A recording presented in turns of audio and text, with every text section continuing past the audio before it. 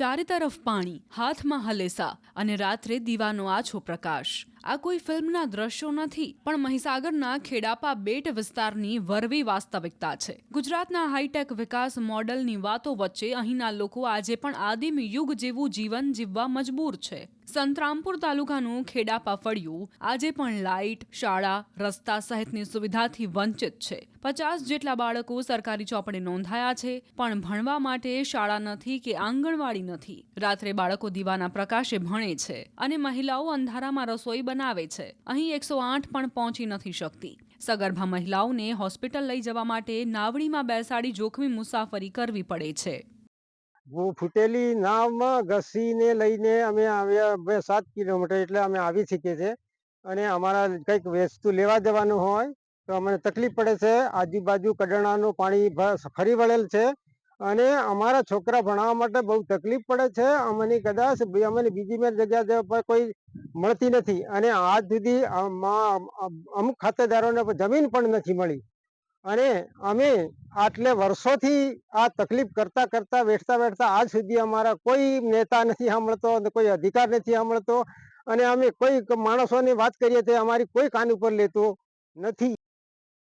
ખેડાપા બેટના ગ્રામજનોનું કહેવું છે કે કડાણા ડેમ બન્યા પછી જિંદગી પાણીમાં નાવની જેમ હિલોળા લઈ રહી છે. પશુપાલન અને માછીમારી પર નભતા અહીંના પરિવારો હવે સુરત અને સૌરાષ્ટ્રમાં મજૂરી કરવા હિજરત કરી રહ્યા છે. ચૂંટણી સમય નેતાઓ આવે છે, વાયદાઓનો વરસાદ કરે છે, પણ વોટ મળતા જ આ ગામ ફરી વિસરાઈ જાય છે. ગ્રામજનોનું કહેવું છે કે તેમની જિંદગી તો આ અંધકારમાં જ વીતી ગઈ, પણ બાળકોનું ભવિષ્ય શું? બોટ ઉભી રાખે, પાણી ડેમનું ભરાયેલું ખરું ને, એટલે એના અંદર બોટ ઉભી રાખીને પછી છોકરાને બોટમાં બેહાડવાના.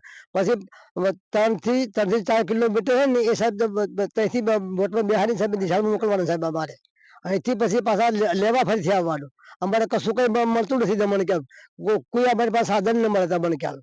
નહીં ઓછામાં ઓછું 100 થી 150 ફૂટ ઊંડું પાણી છે સાહેબ તમને ખ્યાલ. સારું સાહેબ, આ દીવણીઓ લાવી સાહેબ બત્તી મૂકીને સાહેબ દીવો બાળી જાય અમે તમને ખ્યાલ.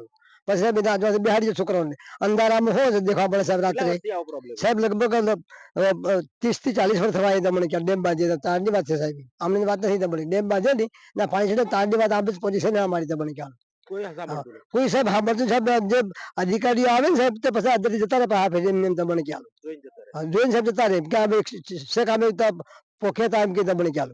મહીસાગર જિલ્લાના સંતરામપુર તાલુકામાં ખેડાપા ગામ આવેલું છે કે જ્યાં બેટમાં સફર કરવો પડી રહ્યો છે. તેમાં અભ્યાસ કરવો હોય કે કંઈ પણ માલ સામાન લેવા જવા માટે ઊંડા પાણીની અંદર મોતનો સફર ખેડવો પડી રહ્યો છે. ન્યૂઝ 18 ગુજરાતી પહોંચ્યું છે ખેડાપા વિસ્તારમાં, કે જ્યાં હું તમને દ્રશ્ય બતાવી રહ્યો છું કે આ એક ટાપુ છે અને આ ટાપુ પરથી અભ્યાસ કરવો હોય, કોઈ પણ સામાન લેવા જવું હોય તો અહીંના બોટના સફરમાં જવું પડે છે. આ કડાણા બેટ ફળિયા કહી શકાય છે કે કડાણાનું જે પાણી છે તેના બેટ ફળિયામાં આ એક ટાપુ આવેલો છે અને ટાપુની અંદર અત્યારે હાલ જે ખેડાપા વિસ્તારના લોકો છે તે અહીંયા રહી રહ્યા છે.